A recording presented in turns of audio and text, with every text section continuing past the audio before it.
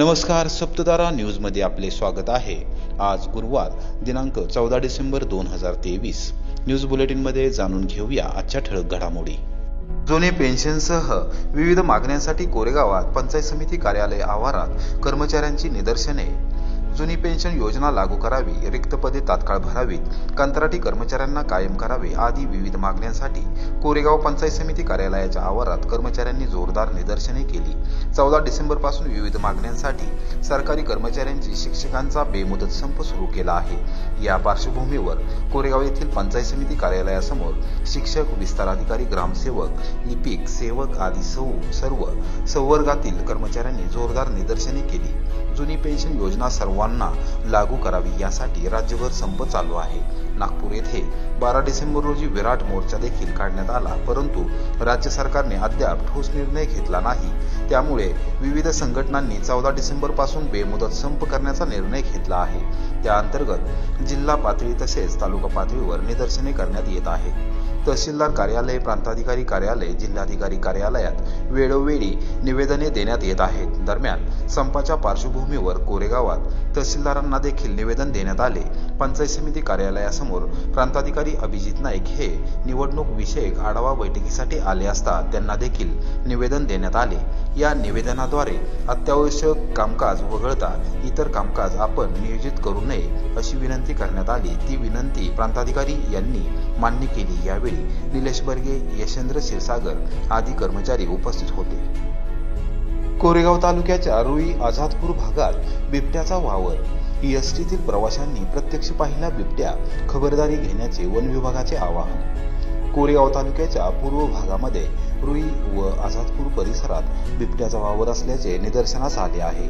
Koregaon Siddharthnagar ST बदील चालक वाहकासह प्रवाशांना तो बुधवारी रात्री दिसून आला। स्थानिक शेतकऱ्यांना रात्रीच्या वेळी बिबट्या दिसून आला।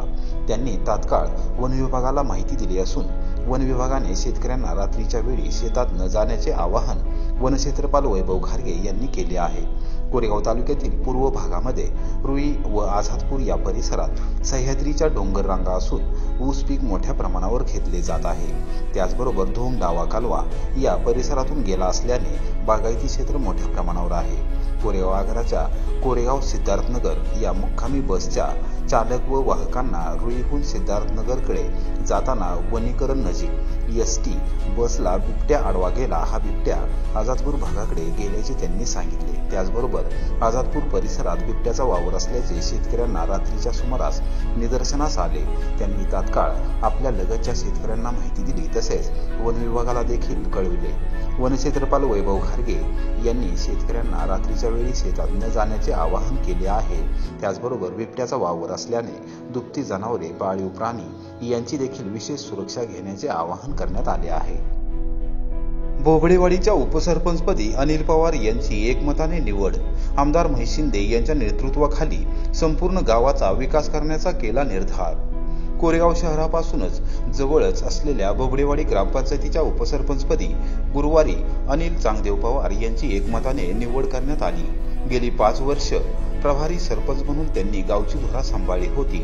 आमदार महेश शिंदे यांच्या नेतृत्वाखाली बोबडेवाडीचा विकासाभिमुख कायापालट करण्याचा निर्धार त्यांनी निवडीनंतर व्यक्त केला। आमदार महेश शिंदे यांच्या मार्गदर्शनाखाली बोबडेवाडी ग्रामस्थांनी एकत्रित येऊन ग्रामपंचायतीची निवडणूक बिनविरोध केली होती। लोकनियुक्त सरपंचपदी अरुणा संदीप बोबडे यांची निवड झाली होती। राज्य निवडणूक आयोगाने उपसरपंच निवडीचा कार्यक्रम जाहीर केला होता। त्यानुसार ग्रामसेविका पवार यांनी गुरुवारी विशेष सभा बोलावली होती। अध्यक्षस्थानी सरपंच अरुणा बोबडे या होत्या। उपसरपंच पदासाठी अनिल पवार यांचा एकमेव अर्ज दाखल झाल्याने त्यांची बिनविरोध निवड करत असल्याचे सरपंच बोबडे यांनी जाहीर केले। यावेळी ग्रामपंचायत सदस्य पवित्रा बोबडे, मंगल शिर्के, विमल पवार, पूजा पवार, किसन शिर्के व विजय बोबडे यांनी अनिल पवार यांचा सत्कार करून शुभेच्छा दिल्या। आमदार महेश शिंदे यांच्या नेतृत्वाखाली बोबडेवाडीने आता विकासाची वाढ धरली असून आमदार महेश शिंदे यांनी कोट्यवधी रुपयांचा विकास निधी उपलब्ध करून दिला आहे। गावात बंदिस्त गटारे यासह ट्रिमिक्स काँक्रिटीकरण, रस्ते आदींची कामे सुरू असून अन्य कामे देखील मंजुरीच्या अंतिम टप्प्यात आहेत। लवकरच ही कामे केली जाणार असून कोरेगाव विधानसभा मतदारसंघात स्वच्छ सुंदर गाव म्हणून बोबडेवाडी ओळखले जाईल असा विश्वास उपसरपंच अनिल पवार यांनी व्यक्त केला। रहमतपूर हे अधिकाऱ्यांचे शहर म्हणून ओळखले जावे यासाठी प्रयत्न करणार प्रशासक तथा मुख्याधिकारी अजय पाटणकर. हिंदनगर वाचनालय ग्रंथालयाची वार्षिक सर्वसाधारण सभा उत्साहात.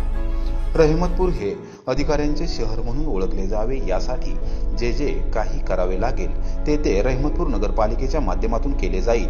हिंदनगर वाचनालय व ग्रंथालयाची वाटचाल योग्य दिशेने चालू आहे.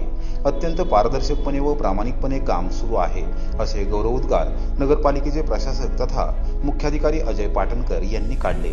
हिंदनगर वाचनालय व ग्रंथालयाची विशेष सर्वसाधारण सभा माजी लोकनियुक्त नगराध्यक्ष आनंदा कोरे यांच्या अध्यक्षतेखाली व रहमतपूर सहकारी बँकेचे चेअरमन सुनील माने, माजी उपनगराध्यक्ष बेदिल माने, कोरेगाव तालुका शेतकरी सहकारी खरेदी विक्री संघाचे संचालक विद्याधर बाजारे, नानासाहेब राऊत, प्राध्यापक भानुदास भोसले, विश्वास भोसले, शिवाजी माने, सौ सुरेखा माने, सौ नीता माने, सौ ज्योत्स्ना माने, माजी नगराध्यक्ष रमेश माने, शिवराज माने, शशिकांत भोसले, दीपक नाईक, विश्वास नेरकर, शांताराम आलेकरी, धैर्यशील सुपले, सौ उर्मिला जाधव, विकास पवार यांच्या उपस्थितीमध्ये झाली.